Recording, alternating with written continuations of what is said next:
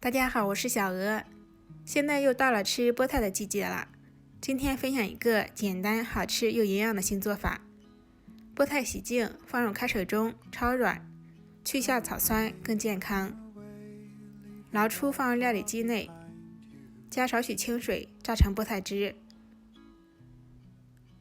过滤一下，更细腻。现在菠菜汁是温热的。300克普通面粉，也就是中筋面粉，加3克盐增加筋性，用180克菠菜汁或者温水搅成面絮状，稍微加一点点食用油，这样一是做出来的食物口感更柔软，二是和面的时候不单手。把它揉成偏软一点的面团。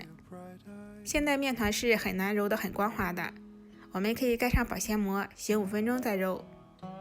过滤的菠菜泥里加入火腿、葱花、鸡蛋、盐、五香粉，搅拌均匀备用。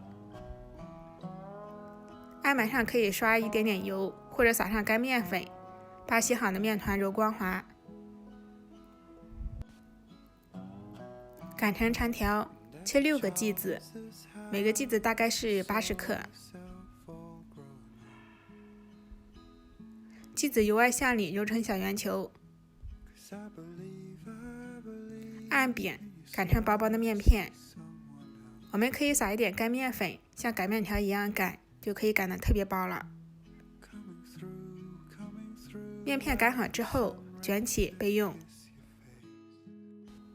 电饼铛选薄饼模式，刷少许油，放入擀好的薄饼，迅速调整一下形状，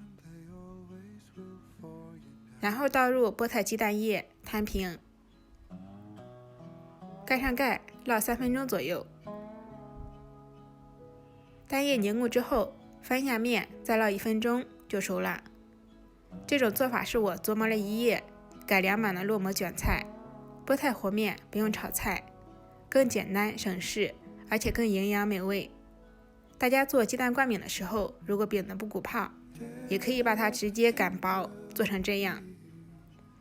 早餐吃很不错哦，喜欢可以试一下。